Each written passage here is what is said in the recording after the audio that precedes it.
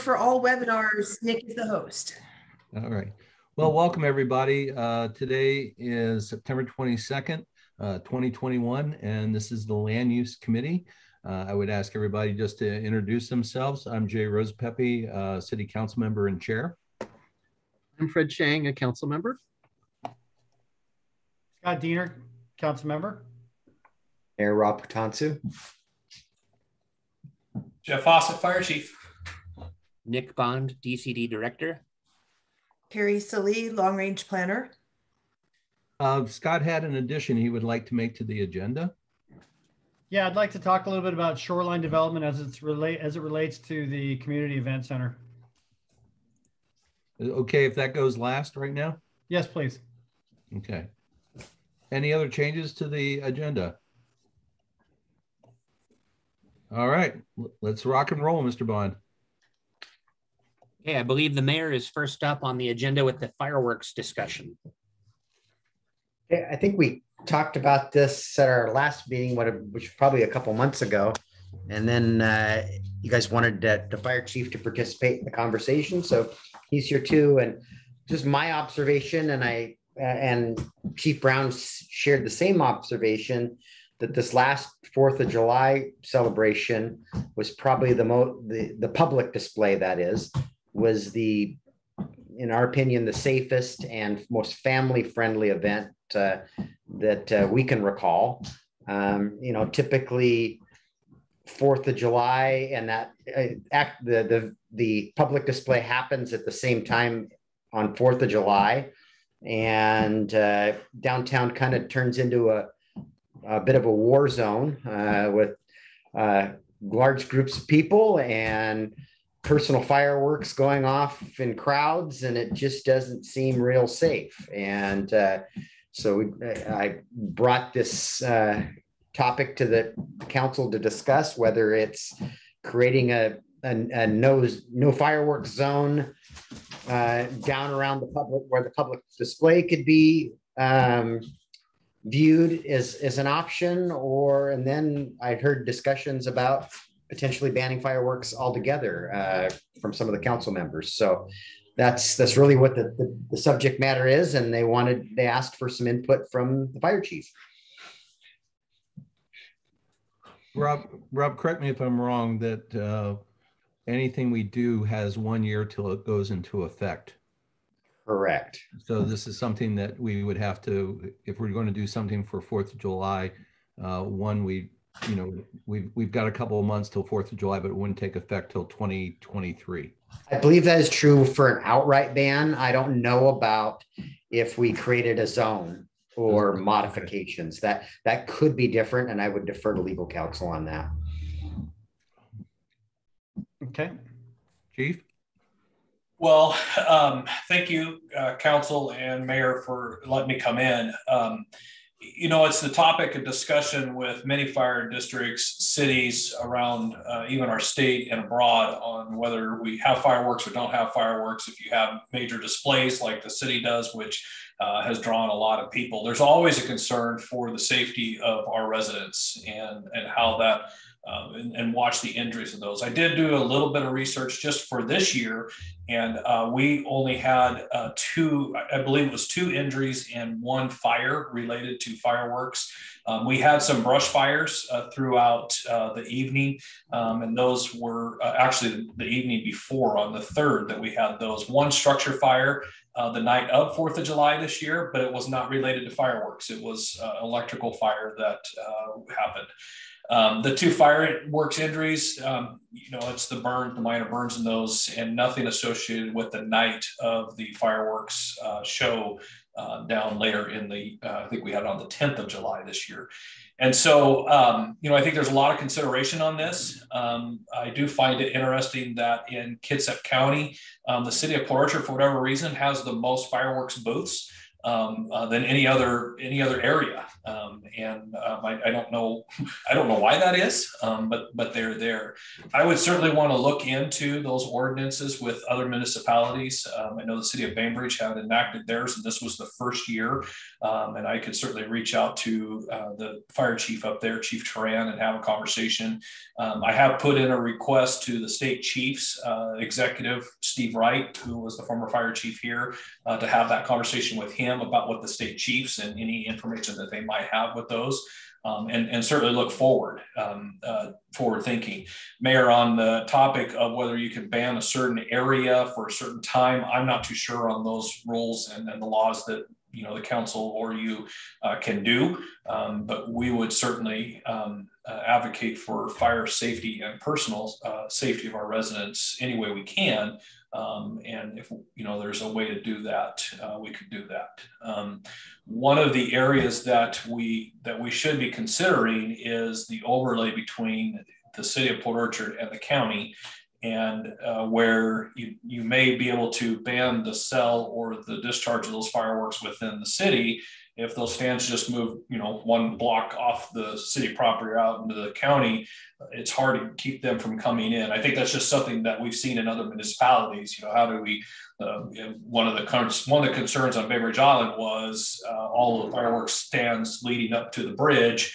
How do you keep those from not going across? And I don't have those answers. But I think those are some of the things that we should be considering when you're talking about an all-out ban when we're just one small area in a much larger county.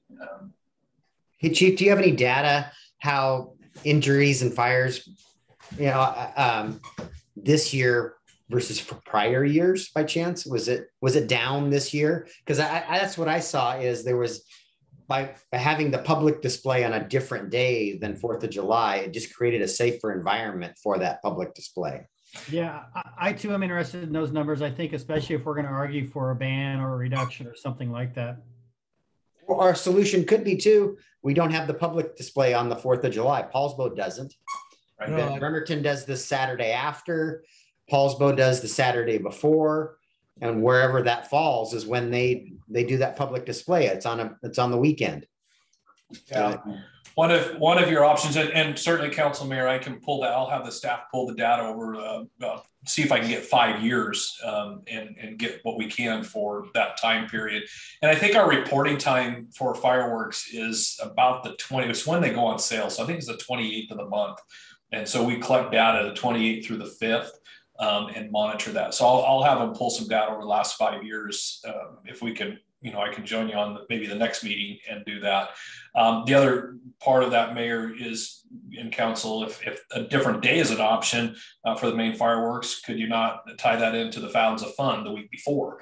And just, parade into fireworks could be an option and highlight the city that night. But again, up to you. I'll collect the data for you and have that ready for you.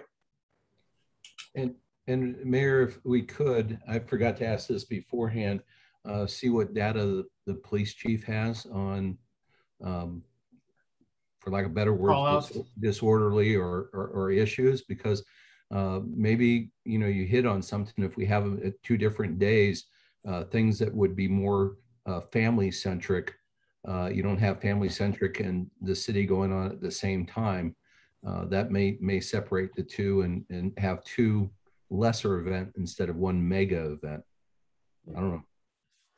So maybe Carrie could reach out to the chief and ask for that data for our next meeting. Thanks. So I'll step in here. With respect to the county overlap, regardless of what the city does, I don't know that we can get away from that effect of having booths just move across the city boundary. I think that just may be the way it is until the county steps up. If we just annex the entire urban growth area, we'll solve the problem. There we go. And then I'm interested in what I heard up front was some zones. One of the things that I find a bit discouraging is the amount of trash that's left, and particularly on our shorelines where those things are fired off over water We all know that there are plastic bits to fireworks and all that ends up in the water. You can walk the shorelines after a day of fireworks and it's just a sad sight to see. I personally would love to see fireworks banned in the city, and except for organized displays. But I don't know that that is a majority view, and I'd like to consider potentially, if we're headed down this road, a referendum. So putting on the ballot, is that what you're? Yeah. Okay. It's expensive. I think that's what your guys are elected to do. Yeah, it's a lightning rod issue, and you know, let me just back that off a little bit. If there's some unanimity with the council, then that's fine too. But it is, I foresee it being a big deal for a lot of people. My street, I'll just share with you my experiences with this. My street is, they love their fireworks, and there's one house that spends thousands of dollars. They've had a pallet of fireworks go off accidentally once, almost burned the side of their house off. A couple years ago, there was a little girl up the street in a wheelchair watching, and one of the boys from that house knocked over a mortar, and it went up the street and exploded in front of this girl's face, burned her cheeks, but didn't get her eyes. A close friend of mine picked up what he thought was a dead mortar ball, went off in his hand, and actually a friend of mine's son, and ended up going to the hospital. He lost part of his finger and use of a thumb and an eardrum. And in the hospital were 26 other kids, and many of them having the same kinds of injuries, including two brothers. And so it is, for me, it gets a bit out of control, and we just don't have the resources to respond to these things as they're happening on a countywide, neighborhood by neighborhood basis. And so that's my personal view.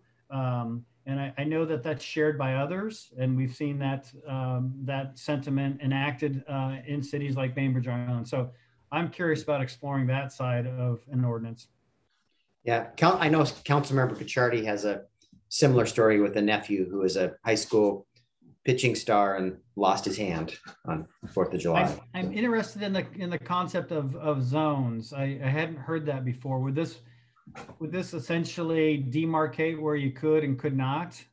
Yeah, well, I was just an idea that what happens downtown and anywhere you can view the public display is, you know, Councilmember Rosapepe lives out in McCormick Woods, and he packs up his family and his not quite a pallet load, but the whole trunk of his car full of fireworks, and he parks in front of Councilmember Ashby's house up there on Farragut, and proceeds to take over the street and light off all those fireworks, watch the public display, and then load up and leave all his trash behind. It's very, very common downtown. And I think an issue that goes undiscussed is well, it's discussed on a national and international level, is the plastics that hit the ocean, hit the salt water, but we don't really talk about that with respect to fireworks contribution to that. And for me, that's a bit disturbing as well.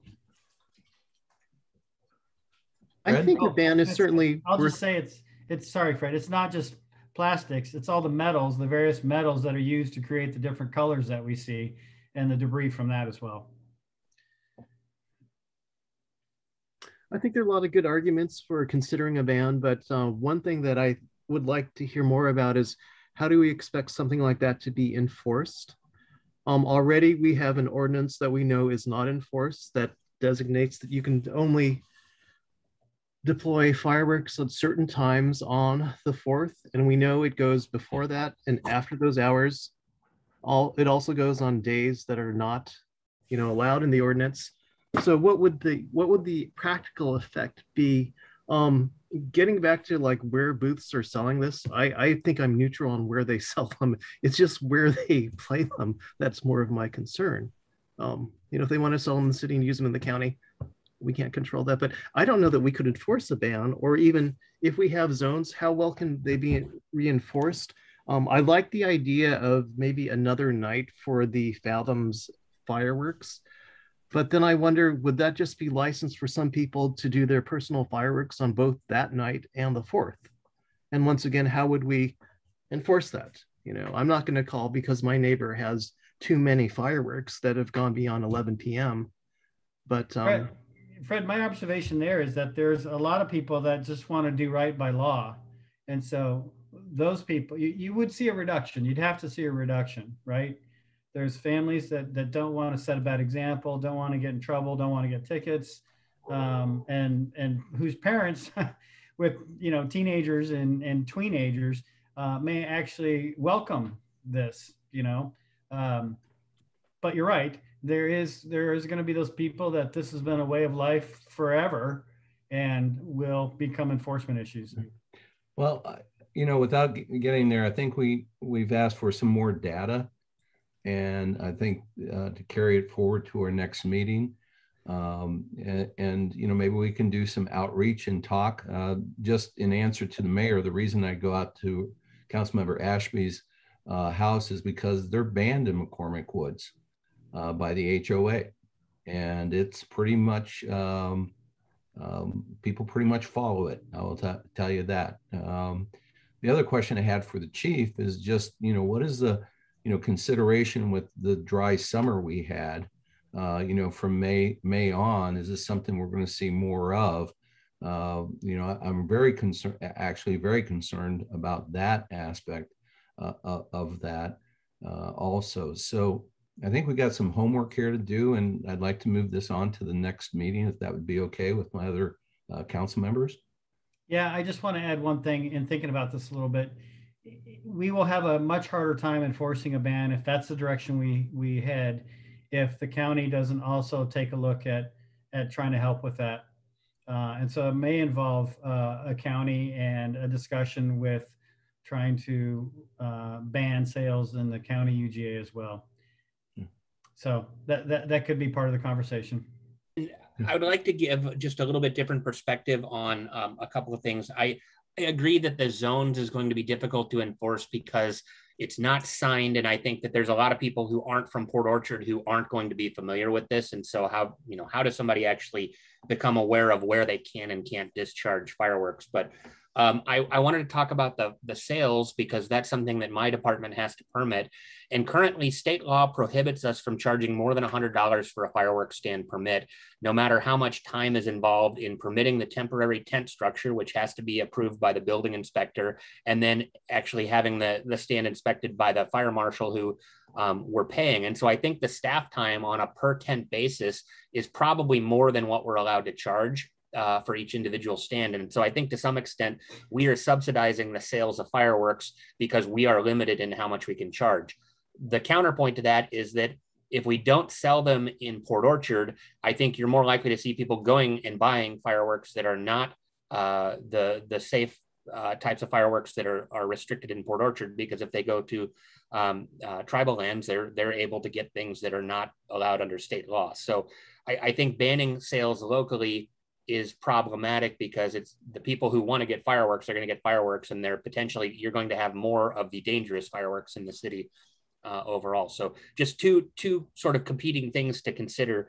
But I think last year we permitted 9 fireworks stands. We previously have had as many as 12, and 3 of those have dropped off during the pandemic, and they are at sites where they are non-conforming uses.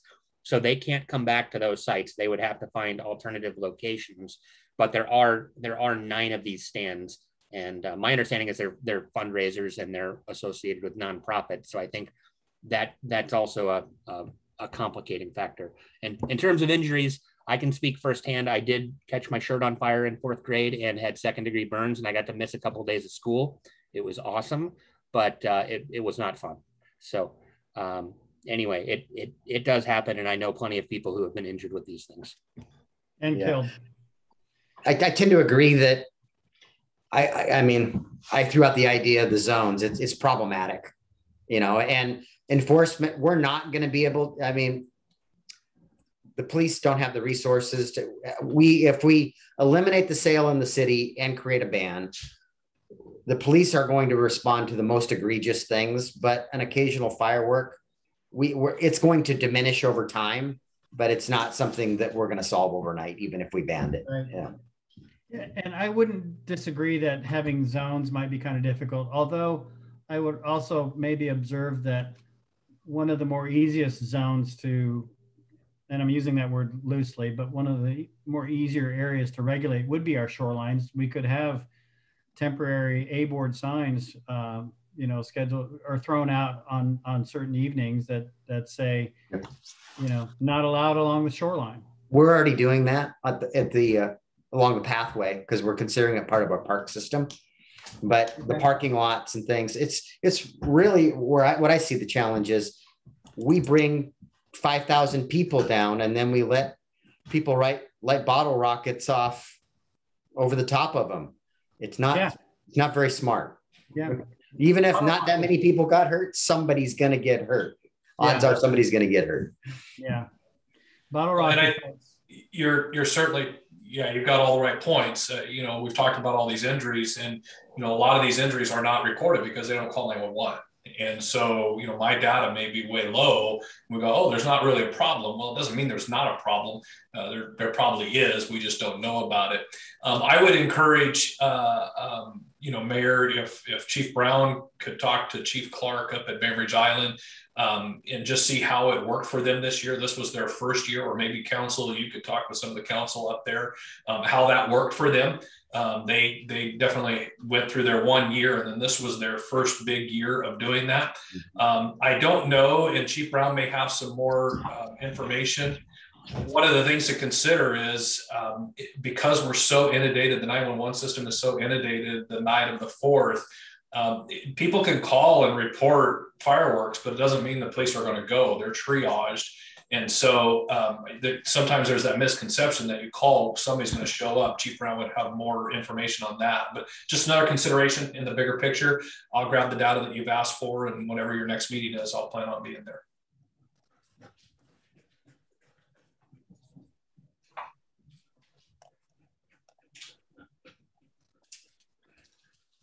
Thank you. It was a good discussion. Thanks, Chief. Okay. All right, Mr. Bond. Yeah, so the next item on the agenda is the draft Parks, Recreation, and Open Space Plan. Carrie provided the draft plan to you in the packet, and we subsequently sent out a Excel spreadsheet showing the capital improvement program for the park system. And going through the capital improvement program is really important, and I'm not going to go through every individual project here on this meeting because it would take an hour and a half. I've done that with the mayor, and I would encourage each of you to study it and reach out if you have questions about some of the projects that are listed on the CIP. The CIP is going to be the basis of our park impact fee, which is set to be adjusted. Right now, the park impact fee is coming in a little over $2,000 based on the current calculation, but we're still refining the project list. And so the fee amount may change as we refine and finish the parks plan. I want to point out on the CIP that projects are generally broken down into overarching categories that correspond to the level of service standards that exist in the parks plan. So there's categories for acquisition, for daylighting of streams, for baseball, for soccer, for playgrounds, for picnic tables and shelters and all of these different purposes. There's also sites that are identified as resource conservancies as opposed to more of the active categories of parks. The parks plan, the PDF document that Carrie sent out includes a pretty good overview of what the community response was to the outreach that we did in terms of identifying needs, and then explaining what categories of parks exist, and then walking through all of our existing park facilities. What we've realized is that we're currently focused on updating the CIP, and the consultant actually needs to go back through the parks document to make sure that the CIP is and the parks plan itself are consistent, because there are certainly things that we've added to the CIP that aren't yet in the parks plan document. But we're kind of focused right now on this Excel spreadsheet, and I'm going to share my screen real quick. This is the Excel spreadsheet that shows a whole number of parks projects, and some of these are in the city. Some of them are in the urban growth area, and they are being listed in our parks plan so that in the event we annex them, we actually have identified things that we may want to do at those facilities. And a really key point is in column L over here on the right side. And this is probably not zoomed in enough for you guys. Can you see this clearly, or do you want me to make it larger? Could you make it larger? Yes.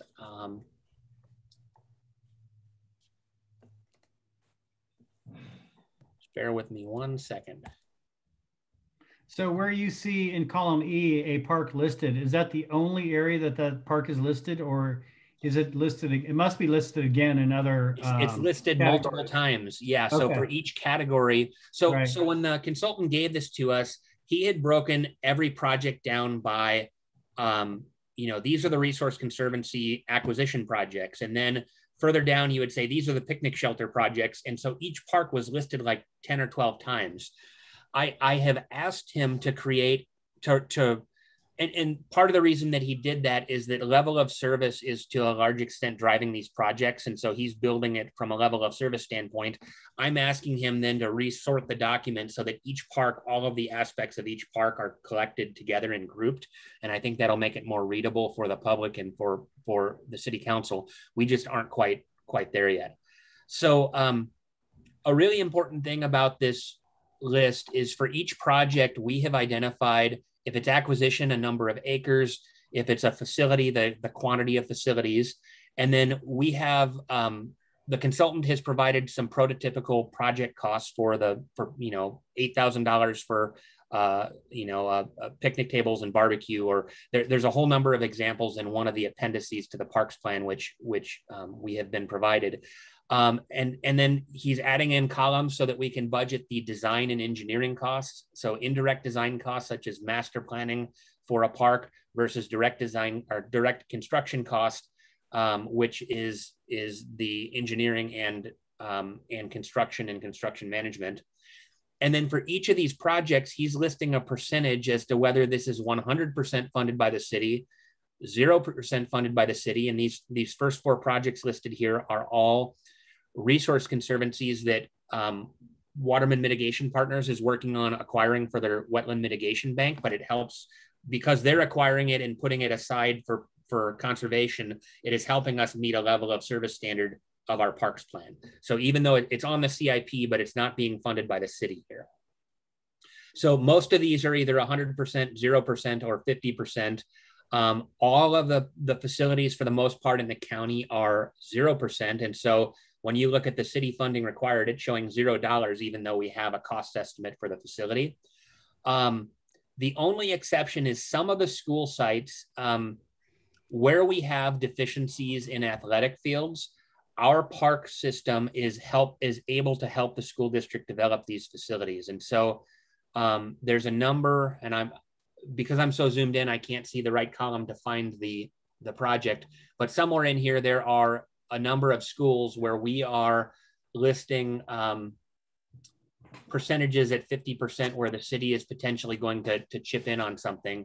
And the version that is up here right now, we just got this afternoon and I haven't fully gone through it, but in any event, I want you all to study the list, and I expect you to have questions, and please just contact Carrie and I, and we can answer your questions. And if it remains a concern, we can elevate it and have a more thorough discussion of this.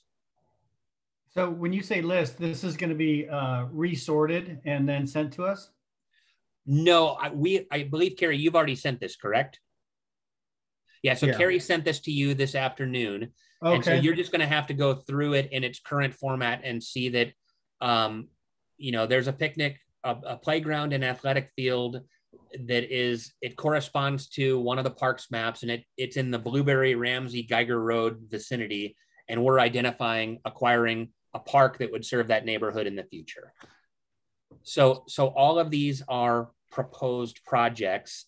This Salmonberry Road Park is currently out in the urban growth area, but we expect this one is close enough to the city that we expect that we might take this on at some point in the future. It would be between Jackson and Bethel on Salmonberry, which part of that is city and part of that is county. Nick? Okay. I'm looking at this and I'm looking at it on another screen. So I don't, like understand to a certain degree the numbers, direct construction cost, total development costs, and I understand the city's funding share. So in an item like McCormick Village Park, which is line 55, is that for the expansion of the park? We have a phase 3 McCormick Village Park project, which is the west entrance to the park. Right. Okay. So that would be, that would be to develop the expansion of that park facility.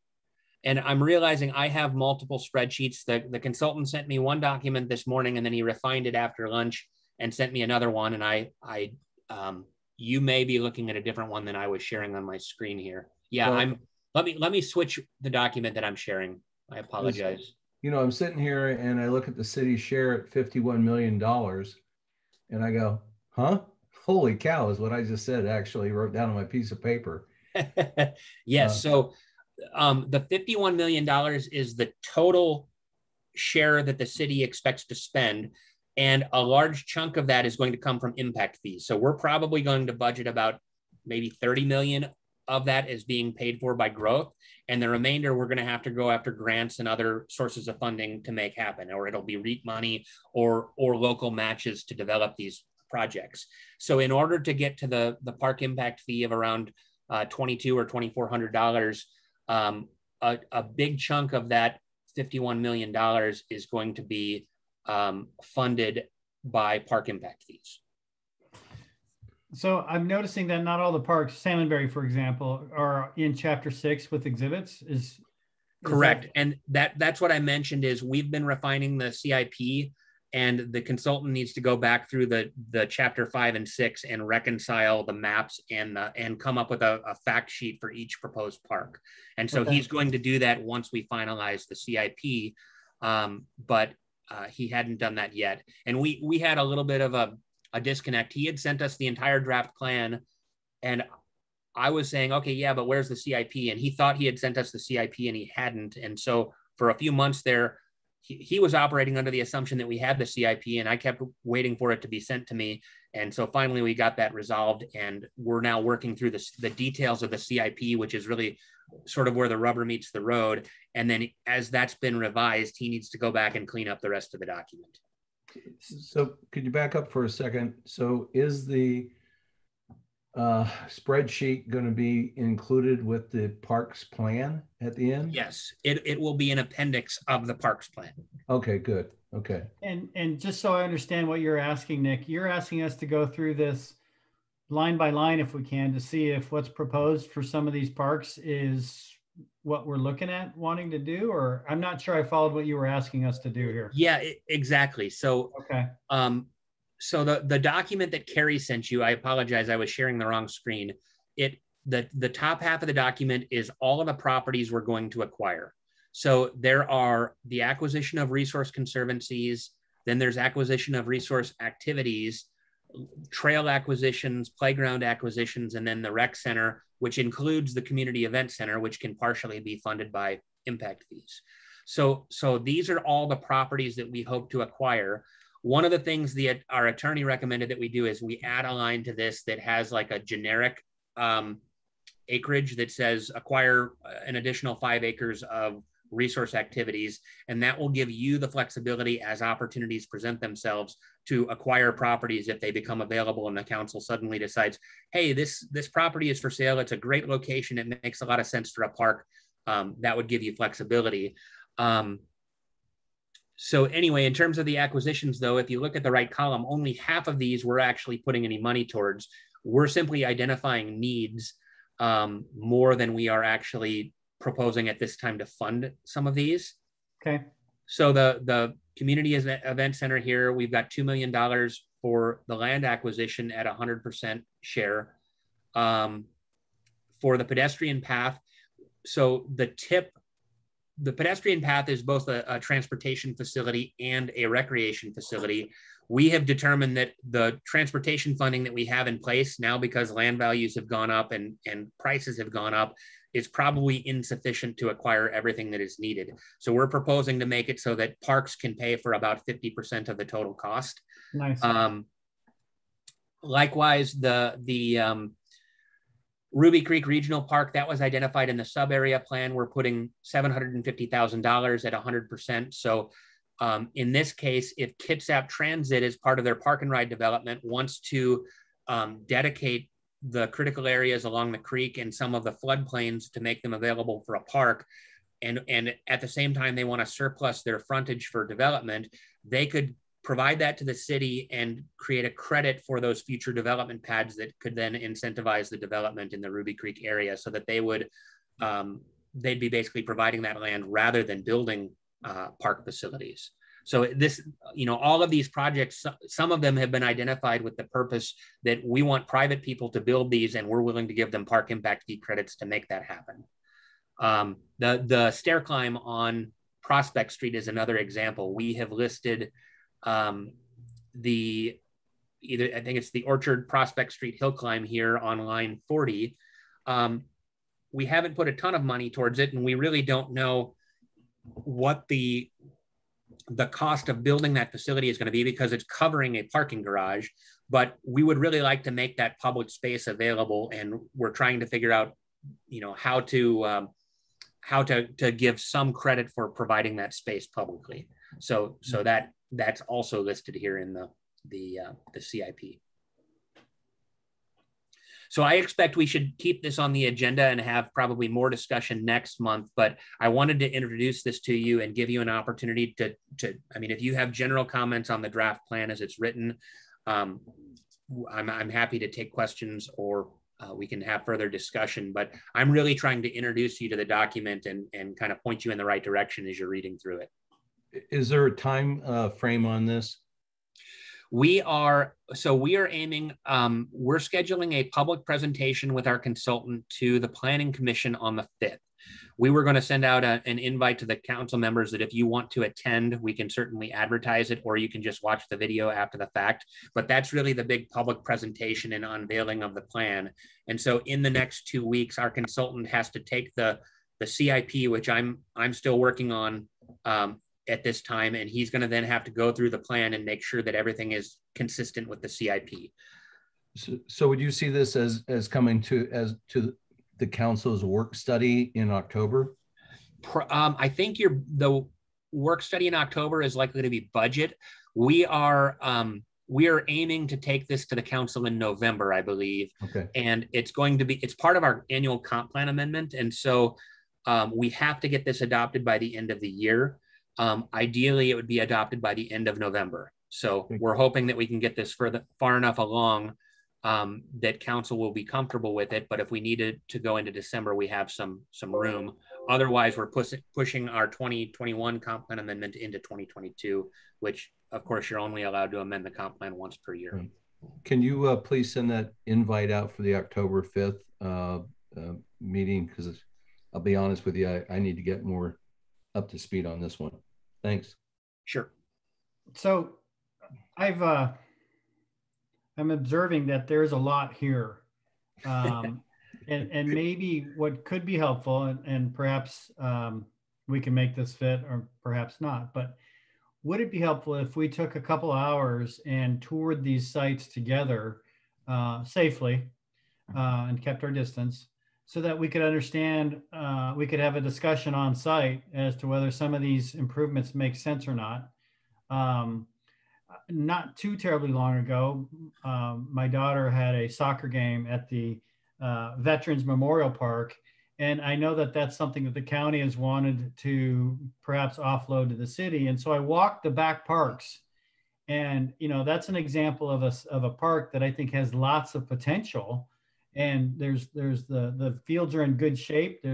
It's got solid bones in terms of being further developed as a park, including sports park. So I think it might be good to go to some of these parks and actually talk about them on site. Now, I don't know how many parks there are in total. There's a lot. And so we'd have to kind of sort what we thought might be most important if we want to do this at all. I think I'd recommend you do it because of COVID right now. I'd recommend you go do it individually if you want and bring back your feedback.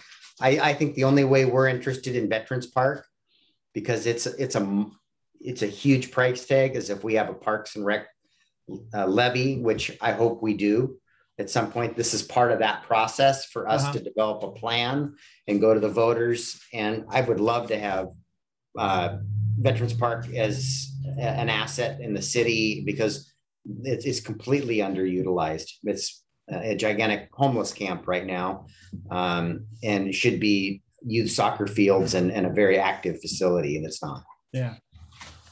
Fred, you've been quiet. The advantage of somehow trying to go there and doing it safely, driving different vehicles, and it gives us an opportunity to point out things about the park that perhaps, you know, I didn't know that, you know, Jay or Fred can share with me. Sort of the whatabouts discussion. And we can do that on our own, or we could probably figure it out if we wanted to. I like the round robin sort of field trip where we all get there separately at the same time, because I think that would be very helpful. I am very concerned about this document here, because the more I look at it, it's not really, we're not the target audience of this document, obviously, because it's sorted by column D, which is, you know, these interesting categories, and not by project. And Nick, you already said this, but because it's sorted that way, it's kind of, you know, it's like all the pieces, for example, let's say Mitchell, are spread all over the spreadsheet. So I'm wondering if it's possible to get tabs that have it sorted by project, so it's at least it's easier to get our head around this. Yeah, Nick already said that was going to happen, Fred. It's okay, just going to happen right now. All right. It's part of a future iteration. Let me give you an example. The chapter 6 has a fact sheet on every park that explains the types of improvements that are proposed. Well, not every park. Yeah, so that is being done in chapter 6, and this is the Fireweed Stormwater Park. And so the Public Works Department has been looking at acquiring a site for regional stormwater facilities that will allow the build out of sidewalks in this entire Fireweed neighborhood, but also a park with playgrounds or you know, other amenities that would serve that neighborhood. And so under this heading, you've got this line that says possible improvements. And so these possible improvements, they don't exactly match up to what's in the CIP, but they're close. I mean, it talks about upgrading a playground or and it shouldn't say upgrade, it should say construct a playground. It talks about a skateboard dot, these little skate dots where you have a little place where skateboarders can hang out and do things. And it has a dog park and a restroom. And so that's, we're really trying to make the readable portion of the parks plan this chapter 6. And then it's translated into this much more technical document that relates to funding, which is the CIP. And so what I realized when I read chapter 6, I didn't actually see the dollar amounts tied to these. And as soon as I started seeing the dollar amounts and the things that I knew we would need to spend in order to make these projects happen, I started editing from the CIP side, looking at the finances rather than the pretty sort of public facing side of the plan. So Nick, go back to that list, please. One observation here. I don't think our parks plan should be identifying public works maintenance facilities. That's a separate process than this. Right. And I'm not quite sure where he got that. I think he may have inserted this page, and this may have been a placeholder that he copied and pasted elsewhere. I think that might have been the Paul Powers park, which does have the building.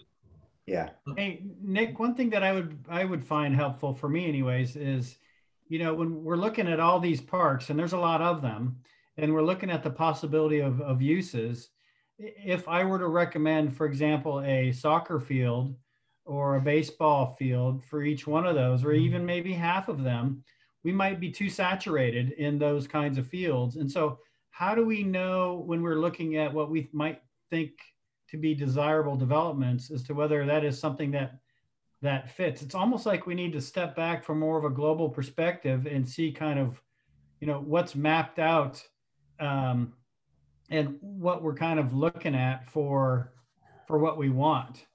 So I think that's in the plan in chapter, I believe this is 5 that we're looking at. Each of these facility categories, it shows where these things are distributed throughout the city. And in another section of the plan, it talks about how many of these you need per capita. And so we're looking outside of the city limits at, we don't need to build soccer fields inside the city limits if there's 20 of them just outside of the city boundary, or if they're located in the south end of the county that are accessible to our residents. So I think he has done that. It's just, you have to read a different section of the plan to sort of get at what is the need for facilities as opposed to what does our plan say. And is there, and I apologize, I have not had the time to look through this, but I will. Is there a summary page that says inside the cities in this particular area would be desirable to have an additional pickleball court? Or yes. Okay. Yeah. So let me pull up one of these maps. So these circles with these numbers correspond to existing, but also possible future parks. So the possible park walking trails, Ruby Creek Park is labeled as a possible site of additional trails. And so for each category of facility, that was the water trail map. Possible dog parks, we've got the one at McCormick Woods on here. We've identified an additional one at the Central Park location.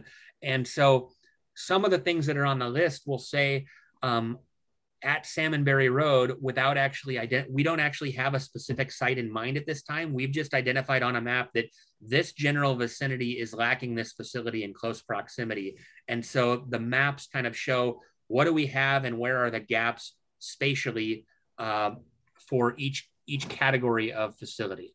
Okay, so that yellow bullet item it recognizes your spatial needs. Yeah, I think this map is the playgrounds. So this is a really good example. Okay. And nice. It shows all of the city playgrounds are numbers 1 through 7, and then it goes into the Kitsap County playgrounds, playgrounds that are owned by HOAs, playgrounds associated with school districts, and then the yellow ones are the possible playgrounds where we've identified that there are gaps. And so over in the Pottery Melcher area, there's a gap. Ross Point probably doesn't need a playground, and we've sort of told our consultant, hey, look, Ross Point is critical areas. It's not developable. This is a bad spot for that type of facility. And so that's one we've already asked him to delete. And so the CIP references that there isn't a playground at Ross Point, but the map hasn't been updated yet. So he's going to go back through and reconcile the CIP with the rest of the plan. Nick, can you skip to page 114 for a moment? I had a specific question, and I appreciate there's a lot of good information in this, and it's I did print it out. It's very dense. But what I liked about 114, and this is Van Zee Park, is that one of the bullet points, it does talk about expanding into up. Are you on 114 of the packet or the document? 114 in the packet. Sorry, okay, there we go. Which is Van Zee Park. Yes, that one. Okay, so I like where it says something about expand into, I don't know.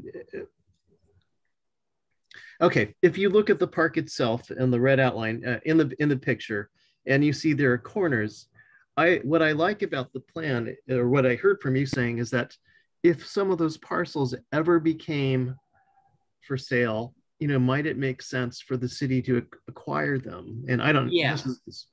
And okay, so explore opportunities for expansion. Yes, I like that very much.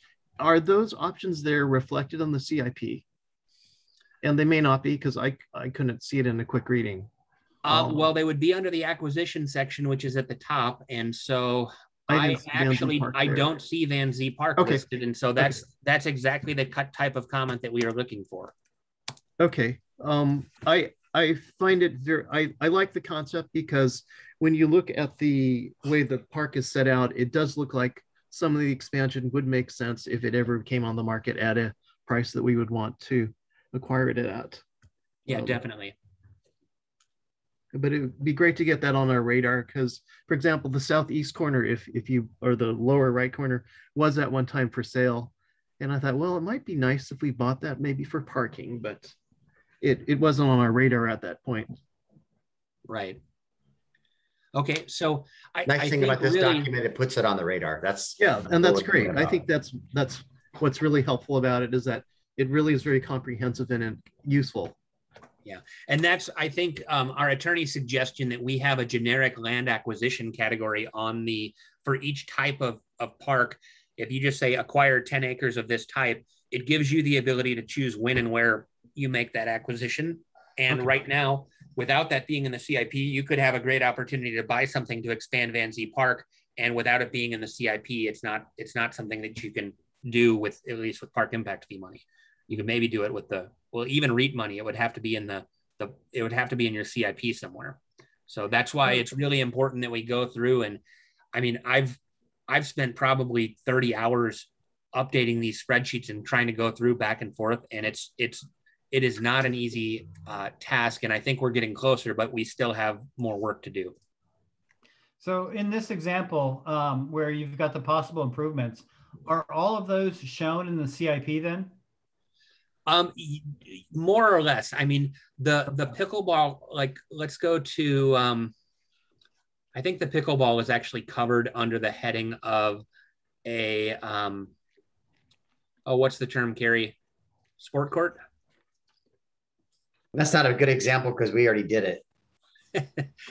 It's not. Yeah, nice. You're right. So somewhere in here is, oh yeah, here we go, courts. So sport courts are, we have a Van Zee sport court listed as one of the projects here. So even though in the narrative it talks about making this a pickleball court, it's more generically referred to in the CIP as just being a court. Okay. All right. Well, that's a lot of combing to do. Yes, it is. And, you know, my hope was that the consultant would do most of this, and I'm finding that this is a much more hands-on project for Carrie and I than we intended when we hired somebody to help us with this. And it's, you know, that's what happens when you have somebody who doesn't know the community very well, who's sort of doing this from afar and trying to figure this all out. They just don't have that direct knowledge. And, you know, Carrie and I, we've both been in Port Orchard working for a number of years, but we don't have the same level of knowledge that you have. And so we really need your expertise. Quick question. None of this has to do with maintenance / keeping the park sustainable. That's a totally separate issue after acquisition and build out, correct? Yes, that's operational, and the parks plan it gives you a whole menu of ways that you could fund operations, but it isn't identifying which one you're going to do. That's going to be up to the council to choose and to you put a levy out there. I just wanted to put that out as you know, make sure I had that right. We're coming up on an hour here, which is not a problem. We've got a lot more discussion issues. Is everybody still good with continuing? I didn't know what people's plans were or anything. I think the next ones will go fairly fast. Okay. So I'm not trying to hurry. I just want to make sure we have good discussions on everything. You know, everything. Everybody's really hitting good topics tonight. Sure. So the next item on the list, part of the reason we're in a rush to get the parks plan finished is that the next round of parks funding grants through the Recreation Conservation Office is going to open up in February, and we need to identify what funding sources we want to go after in this round. A couple of items are listed on your agenda, and I think those are projects that are reasonably well thought out and have, we've already done some work to prepare visual materials and have some idea of what these facilities look like, and they would probably be competitive. And we wanted to make sure that these would be sort of acceptable priorities. And so the first one, well, and I got to get to the agenda page. You share your screen? Yeah, it's McCormick Village Park. Can you share your screen, Nick? I'm working on it. Okay. Just going through my tabs. So the three projects that we suggested were McCormick Village Park phase, and this should be 3, not 2, which is the west entrance off of Campus Parkway, which I don't know if you've been out through the roundabout recently, but the legs of the roundabout north and south are being paved. And so as you turn north onto Campus Parkway at the roundabout, there would be another entrance to the park right there on the right-hand side that would provide access, more of a wooded access where you could get to the trails and walk around to the playground facilities. But the parks plan that the consultant prepared in 2010 called for a restroom there, a secondary entry with parking lot, and just tying kind of that entry park into the trail system, which it was already constructed as part of phase 2. So I think that would be a relatively low cost park to design and construct, and would fit in nicely with the RCO criteria. And because we have a park master plan and did so much outreach back in 2010, I think it would score well in terms of the level of outreach that we have done on that particular project. Nick, was that layout you presented also from the McCormick Village sub-area plan?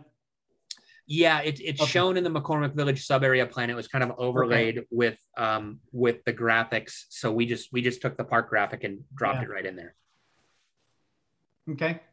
So the next park on the list, Marina Park expansion. I know that we paid a landscape architect to do some concept drawings of a Hey, Nick, if I may, I don't think we should.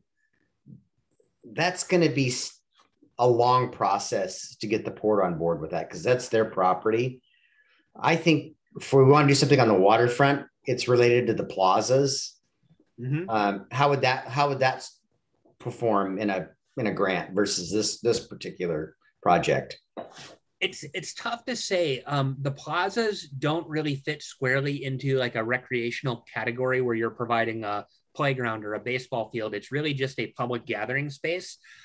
I think you can absolutely apply for it as a public plaza. And what happened when we applied for the last grants, which we got the grant to acquire Rockwell Park and then a grant to build McCormick Phase 2. I think we got $350,000 for McCormick. Rockwell came from Commerce. I didn't get anything from RCO. No, the acquisition was RCO. They funded the purchase. Okay, you're right.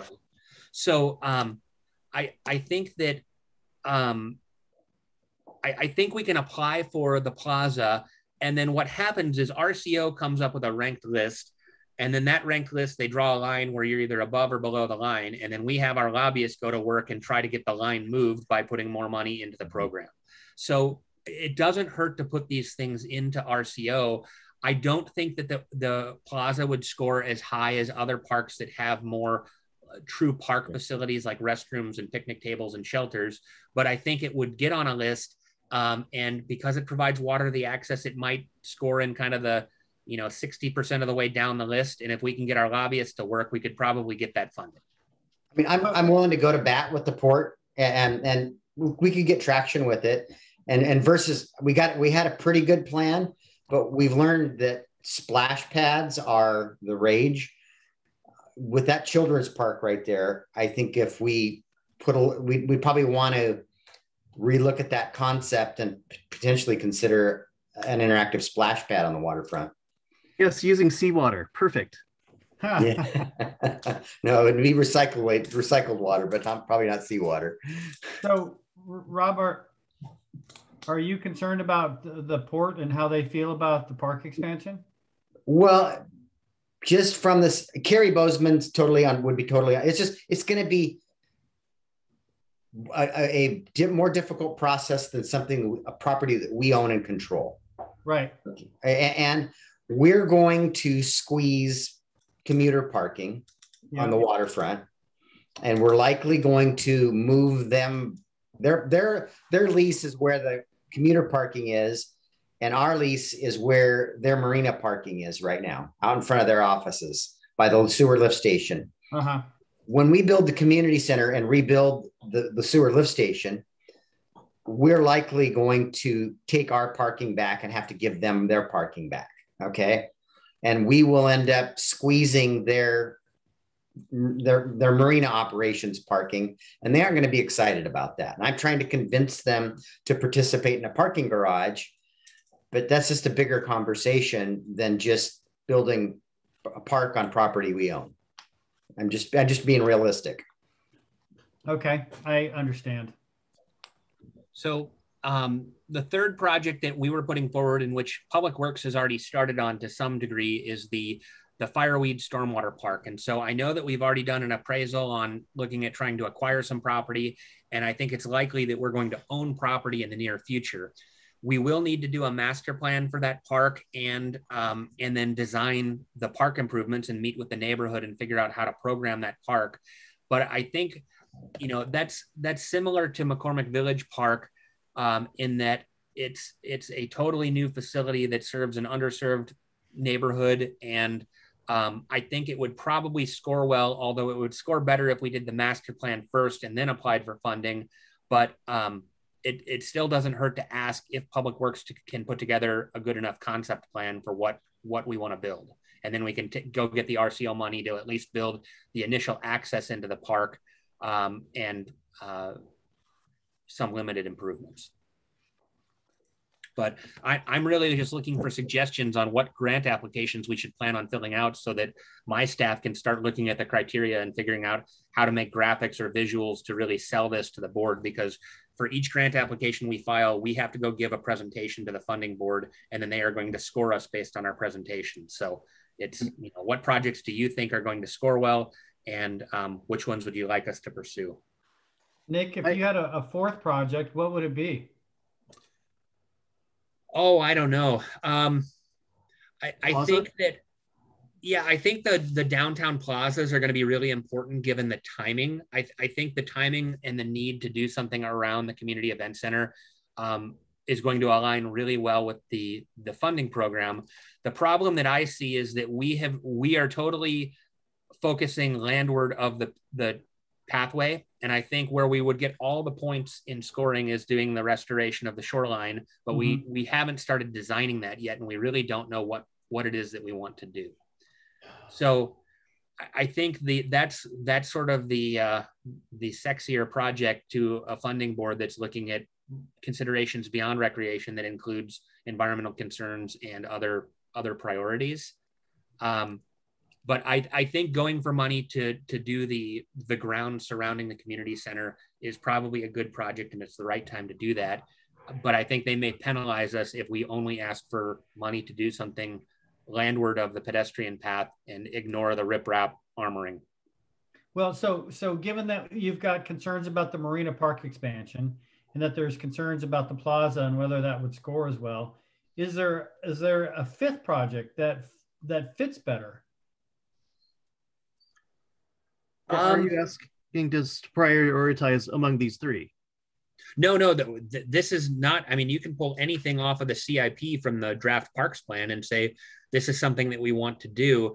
My concern is we just really don't have detailed enough plans on any of these projects. I know that we met with Bob Showers a couple of months ago, and we said, well, do we want to put turf down on one of the baseball fields to make it an all-season, more versatile facility? And where that conversation went is, look, that park has parking issues. It has ADA access issues. It's got a stream running through there. We really need to do that master plan. And so I think once you've adopted a master plan similar to what we have for McCormick Village Park, that becomes like all of the graphics, everything that you need to go get grant funding is in that master plan. And we just haven't done that level of master planning anywhere else. And we're starting to do it for the plazas downtown, but we're still on the landward side of the pedestrian path. And I think we should still apply for the downtown area. It's just that we would get more points if we were going to restore the shoreline, but then we'd also spend an extra $2 million. I think it's important to note too, every one of these projects, we need to devote some staff time and resources to put a package and some graphics together. And if we make the list too big, I think we need to focus on 2, 3, 4 tops and make that good presentations, because good presentations and packages are what are going to get us funded. I'd rather see a project or two, or one project funded than we submit 6 things and they're all, because we didn't do a quality job on the application, none of them met the funding line. Then we didn't get anything. And Rob, I'm not advocating for more than the 3 that we've got, but I'm just, and I guess we've answered our own questions because we're not queued up for anything else.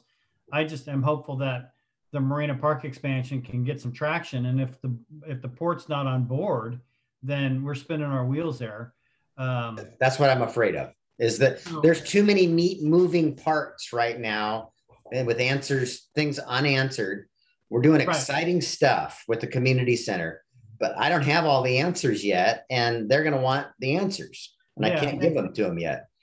I agree. Whatever we put forward needs to be robust, and I get that there's a staff time and cost associated with this.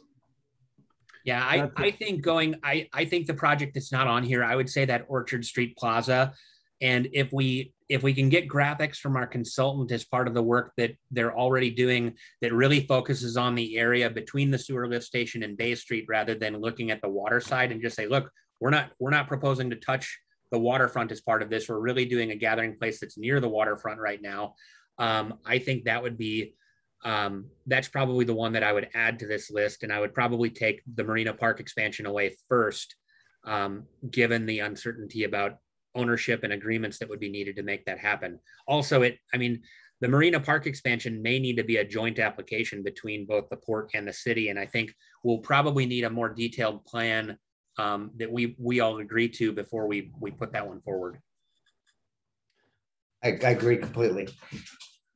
I would like to just put a little vote for the Fireweed Stormwater Park, because that area is very underserved and there's a lot of development there. I think that's the most exciting one, actually. Yeah, I think all of these are exciting, and they all need we're gonna apply for them equally, and then it's up to this board to decide. It's out of our hands, where they score them and stack them. Right. I think the Fireweed one is going, if I were to guess which one of these scores the highest, I would say the Stormwater Park. And it's because Stormwater Parks are kind of the innovative buzzword in parks planning right now. Yeah. I think it will be well received. And I would, we haven't done as much on the back end to prepare to apply, but I think it's the best project in terms of what they're looking for. Yeah. If anybody wants to see a good one, Manchester's got a nice little stormwater park. So I saw the presentation on that at PSRC a couple months ago. So Rob, I circle back to the park expansion, Marina Park expansion, and whatever we can do to help, would like to help. I just don't know that I can get the port comfortable with it in our short deadline, because we're just so far in the infancy of our planning of the plaza and the parking and all of that related to the master plan. I can't tell them what the answers are, and well, I guess as long as they're thinking about it and they're not siloed on this, I guess that's the best we can ask for. Yeah, I think once we've solved some of this stuff, it's going to be a much easier sell to say, hey, how about, because I think we could take out a row of parking, a little bit of that parking and make a hardscape and a splash pad and some other landscaping and make that park even better than it is. Well, and we've got the park and ride under development that should mitigate the need for this. Yes. It's just a few years out. Right. Yeah, I think maybe a better approach would be to look at a joint sort of master planning project for how to expand Marina Park and tee up an application for the 2024 cycle. Yeah. So in the 2023 budget, put in money to start planning that facility. And we should have enough information about the community event center and the reduced Marina parking lot to know, what parking might be available, in another year. Yeah. And then the Ruby Creek Park and Ride will be much farther along and maybe even close to opening, which relieves all kinds of parking pressure. All right. We want to talk about annexation real quick. There's a topic I can't wait for. So the legislature in this last session revised annexation statutes and created a new path for annexation. It allows the city and the county to enter into an interlocal agreement to basically annex by contract certain areas of the urban growth area. What I've been looking at recently is we're getting ready at the KRCC to start talking about population allocations. And at the same time, the county has completed its draft buildable lands analysis, which I believe the comment deadline was yesterday. What I'm seeing is that Vision 2050 has called for only 6,000 new residents to go into the regional geography that's called urban unincorporated. And that includes Central Kitsap, the Port Orchard UGA, and the Paulsbo UGA. And when you look at the buildable lands report, what I'm seeing is that we have capacity for like 12,000 or 10,000 people in those areas.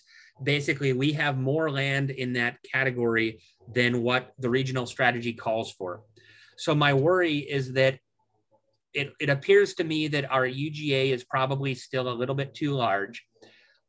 Last periodic update cycle, the county tried to reduce the UGA and did reduce the UGA some, but we fought back to keep Bethel, the Bethel South area in the urban growth boundary. I think that there is a risk that the county is going to ask to reduce our UGA again in this next cycle in 2024. And by annexing certain areas, I think we're providing the county relief because suddenly their available land capacity in that geography has decreased. And we're also kind of, planting a flag on the Bethel South corridor saying, no, we don't want this to come out. In fact, we're going to annex it before it can be taken out. So the map that I'm sharing with you, we've divided Bethel South into the orange and kind of the brown color here. I think annexing the west side of Bethel is a lot easier than annexing both sides of Bethel because we'd be taking the Bethel right of way into the city, and then suddenly that becomes our capital project. Not that I think the county is going to do anything with Bethel in the next 20 years, but we would be owning that right of way going forward. The other three pockets on the west side of the city, I don't see the county going for this if we don't take the right of way. Right. And I suspect that the county is going to ask us to take more undesirable areas as part of this negotiation. And so I think our offer needs to start in one location, and then, we need to come to a compromise that is balanced. And so that's kind of why I broke that area into two pieces. The Cook Road area up here on the industrial park, this just developed. This is that Binns Industrial Center. I'm sure, Scott, that you're familiar with that one. Yeah. I think that's now complete. So we would be just annexing one property that is a complete parcel plus the SR16 right-of-way, which is in our urban growth area. I don't know that it matters whether we take the highway or not. This gap on Sydney Road Southwest, there's basically about a 250-foot segment of the road that is in the county while the rest of the corridor is in the city. I've been told that some of these residents previously were opposed to being annexed, and I don't know whether that has changed. So there's potentially some blowback from the people here that maybe they don't want to be annexed, but we haven't asked the question for a long time, and it's only 12 or so properties, I think, in total. Likewise, the blue area at the southwest of the city is surrounded on three sides by Port Orchard. There's 6 or 7 parcels there. And my understanding was these people did not want to come in under the last annexation. That could still be the case. And, really, this one isn't critical. I think the more important annexation is the pink area, which includes both the school district administration buildings, as well as the south side of the Mile Hill corridor heading up Mile Hill towards the Parkwood area. The last property to the east there's an apartment complex here that's probably 1 to 200 units. I don't know the total count. You'd be taking in the Taco Bell, the Napa, a whole host of commercial properties here, and so there's potentially sales tax revenue that comes with that. Why do you leave that island out, Nick, on the Mile Hill Boulevard? That's already in the city. There's one little pocket that's in the city here. Oh, interesting. So, okay. And basically we're annexing north of Lund. And I think this is Madrona, but it may have a different name where it intersects with Mile Hill. I can't remember. But everything basically south of Mile Hill to Madrona and north of Lund, going right up to the park boundary, would come into the city. And so I think that's a fairly regular annexation boundary. It has a mix of residential and sales tax. And I think importantly, Mayor, you serve on a board that you have a seat at the table with all of the big boys in the region. And it's because we have a relatively high employment number compared to our residential Population. housing number. And so by taking in the school administration building, I think, plus the commercial properties on Bethel South and on Mile Hill, I think we are sort of increasing our claim to the seat that you're on, because our jobs number would continue to go up relative to housing. I have asked PSRC to run the numbers on all of these areas to tell me what the employment is for each possible annexation area. And then my staff is going to look at how many housing units are in each of these areas.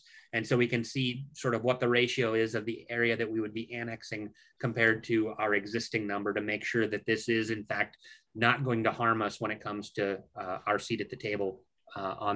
Mayor, what's the name of that board? I forget.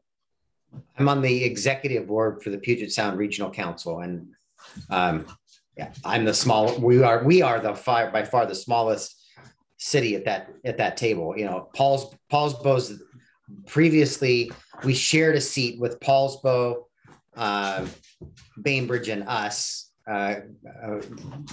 We shared one seat. Bremerton gets a seat because it's the largest city in the county. Other than that, it's, you know, the big boys across the pond. Nick, could you back up for a second on, you know, this is a general discussion, but what is the process again for? So we would ask the county for an interlocal agreement to annex these areas. So we would basically create an agreement that says, on this date, the city and the county have agreed these properties will transfer from county jurisdiction into the city. There would be a map exhibit. I haven't looked, Carrie studied the legislation. I don't know how much detail in state law there is about providing notice or what kind of comment periods exist, but there's a process that you follow as part of negotiating the interlocal agreement. But the place that you start is the city and the county have to agree on what are we even talking about. And so the purpose of this conversation is to say, you know, staff is throwing out ideas for what makes sense to annex. And is this something that the land use committee and the city council want us to pursue?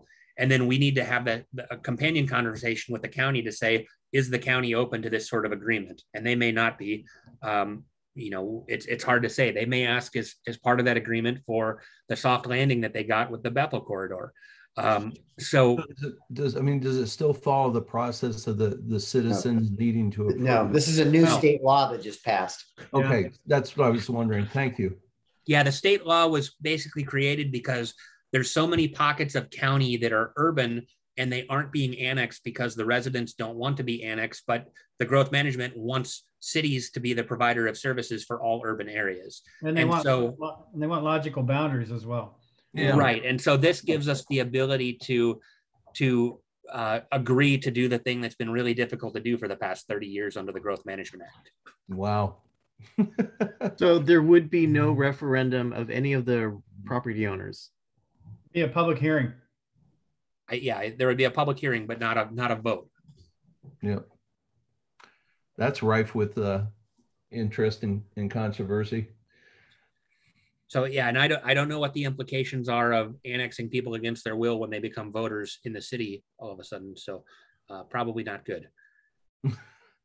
Well, and with Bethel, go ahead, Jay.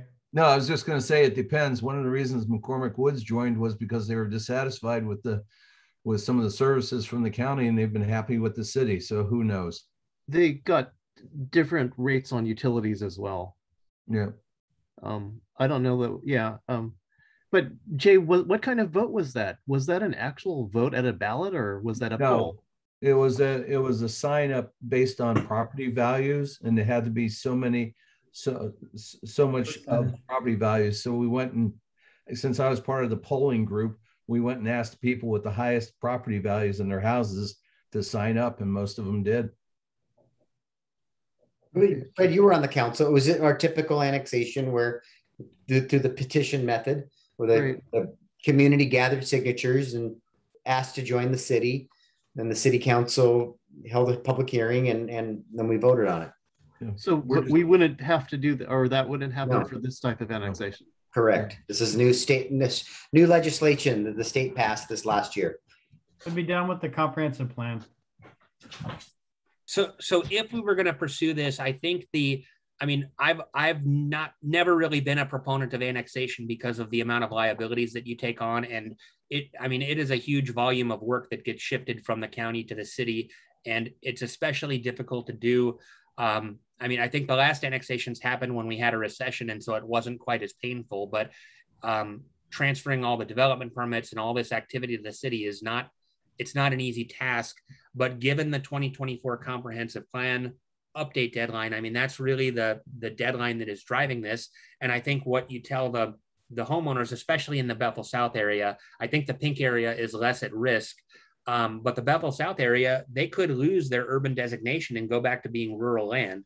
And so this is really protecting their property rights by coming into the city, because the county won't be able to take them out of the urban growth area if they came into the city. So I think there's a strong argument for the Bethel South area. The three areas on the west side of town, I think, just makes sense to let's get the rest of the land that's over there. It's just little bits and pieces, and then we only have the east UGA of the city. I personally don't have a problem with the Cooks Road, the Sydney Gap. I'm indifferent on the blue parcel there, but it seems to make sense. And then, of course, around the school campus and commercial, the Bethel Road one gives me pause. Now we're inheriting a road, and I think Rob's right. The county's going to say the road's yours, and so now we're inheriting that road, and I don't know what transportation needs to look like for that section. No different than the rest of the Bethel corridor. That is the last pocket of developable commercial land in the south end of the county. And if that gets taken out of the UGA, it'll never come back. And I guess I would need to understand whether that's really a threat, or have we observed that, but the county has not? It got trimmed last time. Yeah, the UGA used to go down, I think, past Baker Road here. The subdivision here at Baker and Phillips was in the UGA last time around. So they've already trimmed this whole area. Well, yeah, that's not a good example to use because of that whole area was clearly rural, and that was just a Jan Angel favor to the developer. Right. And the county, when we first had this conversation, they wanted to draw that line all the way over to SR 16. And so we pushed back and said, no, we don't want you to take Bethel South out. But that was their ask at the time when we were trimming the UGA. And so we sort of went back and forth on what this boundary should look like, and came to a consensus. And I think part of the reason we were able to keep this is that Mile Hill was contracted further out towards Baby Doll and those roads at the top of Mile Hill towards Howe Farm. Yeah, the reason I think it would be difficult for the city to pull that into rural is that corridor is largely developed commercially, and the only logical, unless you think that they might create all these nonconformities, would be rural commercial, and that doesn't make sense either, because that serves a whole different kind of population, supposed to serve a whole different population base as well as population employment. So the county's going to have to shrink the UGAs, and historically they haven't taken it out of Silverdale. I can tell you that.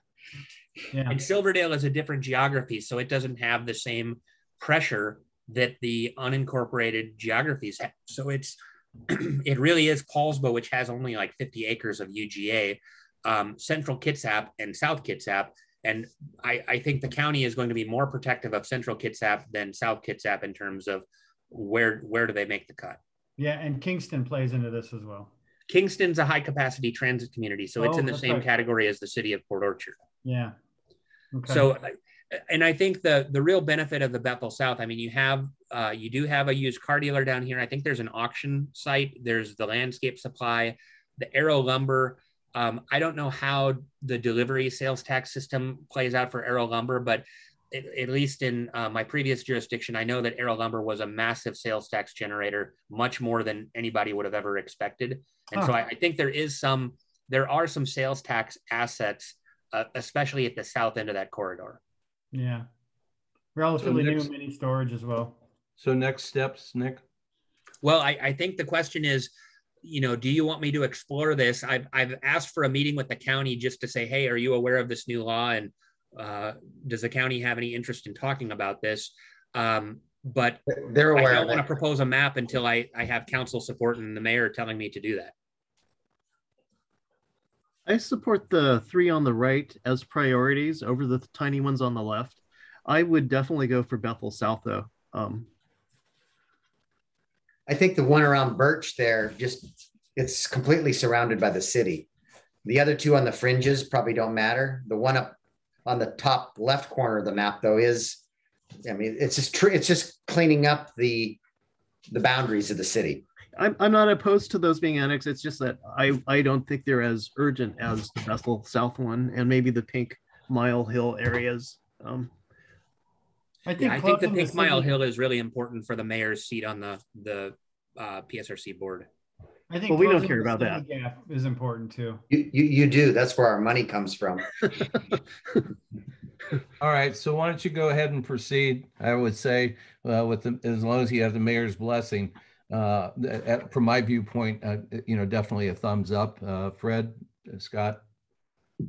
I'm okay with exploring it. Yeah. I mean, we're going to go talk to the county and they may have completely different ideas. And then we'll report back what the county tells us. Go away, or no, you can do this, but we want that, and we'll come back. And talk. I think they want us to annex more actually. Maybe. I think so too. They're going to ask us to take more liabilities is what I would expect. Like that mobile manor, I think they're going to want us to take that. Yeah, I purposely went around that because it was going to create an irregular boundary by sticking way out to the east further than anything else we were taking in. I'll bring a cross and holy water for that discussion. That looks like a negotiating point on purpose. Huh? The other thing I forgot to mention is we filed an appeal of there's an RV park proposed on Bethel South. And so this potentially resolves that appeal peacefully because that property comes into the city. I'm supposed to be recused from that discussion, but the application may be dead due to non-responsiveness. Okay. All right. I kind of reported on the permit and project activities, I think, at the last council meeting. Did we want to talk about this, or I can't remember. I think Carrie provided a report in your packet, so I don't know if we need to discuss permit activity. I don't. I think between this, the article, and the detail that's provided, it paints a good enough picture for me. No, I was the one that asked for this. All I was looking for was the spreadsheet because we've seen it a couple of times, and it's just kind of nice to, kind of refresh of what's going on because there is so much going on, as you know. So I appreciate just having this each time or quarterly. So thank you. I don't need to do the discussion. Kudos to DCD folk there. You guys got to be running 100 miles an hour. Yep. So I think it's good information. And Nick, I did have a question about the county developments that are in our UGA. Which ones are they? Because I just like to keep an eye on whatever the county is doing in the UGA. Because I don't have those on my list. Okay. We get noticed, but there's surprisingly few developments in the Port Orchard UGA compared to what's happening in the city. I mean, we will write comment letters if we see something controversial, or we will bring it to your attention. But, if we get the one-off 8-lot short plat, we generally, we don't even track it to see what's happening with it because it's a really minor project in the grand scheme of things. I guess they're Paisano Lane. What are they doing there? That's near Taco Time? That's in the city, and they're okay. Proposing they have a second phase of the project in a county, but they also have a phase of the project in the city because it's right on the line. But in the city, I think they're proposing it's like 57 or 60 apartments. I have to find it on the list. Is it? Yeah, I was trying to look real fast.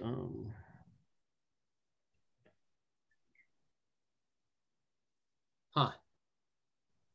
I might have forgot to put that one on the list. So that may be on the Kitsap Sun list, actually. That's where I saw the Paisano. Okay. Is that how you say it? Paisano? I don't know. Paisano, I don't know. Just say it real fast. Fast and loud. Paisano family. Went to school with them. All right, we got a last item here that was added by Scott. The shoreline development relates Well, to the. I just Go ahead. wanted to, I was curious about how we're going to fund construction of shoreline development more than anything. I kind of anticipate that it's going to be a seawall because we're going to need to address resiliency. But I was curious about the funding mechanism for that. We don't even have it designed. I couldn't tell you. We don't even know what it looks like. We haven't even started the plaza designs. Are you talking about only the CEC? The Area? CEC, what is the CEC? Community Event Event Center? Center. Oh, yeah. Sorry. Okay. Yeah, I'm talking about the shoreline component, the shoreline development component of that project. So I think the park CIP actually includes those plaza cost estimates include money for doing the shoreline work. We just haven't funded the design right now because we don't have a funding source to construct it. So at some point, probably as part of the construction of the pedestrian pathway, once we know what the pathway looks like and where it's going, we can then look at the waterward side of the shoreline pathway. Okay. But park impact fee money will be part of the equation for doing that restoration. I think the beach and the daylighting of the stream underneath the marina are the boat sales place that the Port of Bremerton owns. That's a park project that has been identified, was to daylight just the very end of that pipe and kind of have things come out onto the beach. And then going around the back of 7-Eleven and all the way over to the CEC, that is all part of the park plaza for the community event center. So that would be part of the engineering design and construction. That's not part of our current scope of work for what we're designing. And the PFD money certainly can't be used for that purpose. So we don't, without a funding source for construction, we haven't initiated that. Okay. All right. That's good enough for me. Now, Scott, you raised a question too last about parking too. We've identified there is no PFD money for parking, and we've identified over 1,000 surface parking stalls downtown, and some of those are getting used for commuters, which we're going to claw some of that back, and we have a park and ride being built out that's at Ruby Creek. But we, the library's already parked down on the surface, so we're considering that and the event center is after hours. It's primarily used after hours. It's not something we're planning to park during the day. So DCD, we're going to work through and make sure we meet our parking regulations. But I think there's a need for some parking, but that's going to come when the housing gets developed. We need parking for employees, and I'd hope we're going to be able to afford 15 or 20 stalls that we're going to use during the day for employee parking that are available for the event center and public use when it's not being used during the day. So that's the kind of the short answer of what we're looking at. I would anticipate lots of use. I would hope that lots of use for the upper floor on the weekends as well during the day. But we have a city lot and all kinds of parking around City Hall that's not used, in the evenings and weekends. Okay. It's 30 stalls in the gravel lot across from City Hall. Yeah, lots of moving pieces on parking, and I know that parking is a hot button issue for a lot of people. Well, you're right. In particular, when merchants park in front of their own door, or the merchants next door to them. Then there is no parking in front of your front door because you took that stall. I mean, and that would be a moment of a good way to sign off a little bit. Sure. with that commentary. Anything else for the good of the order tonight? Thank you. Thank you. Meeting. Very good meeting. Can't wait to see how I summarize it in 1 minute or less. All right. Thank you. All right. See ya. Bye-bye.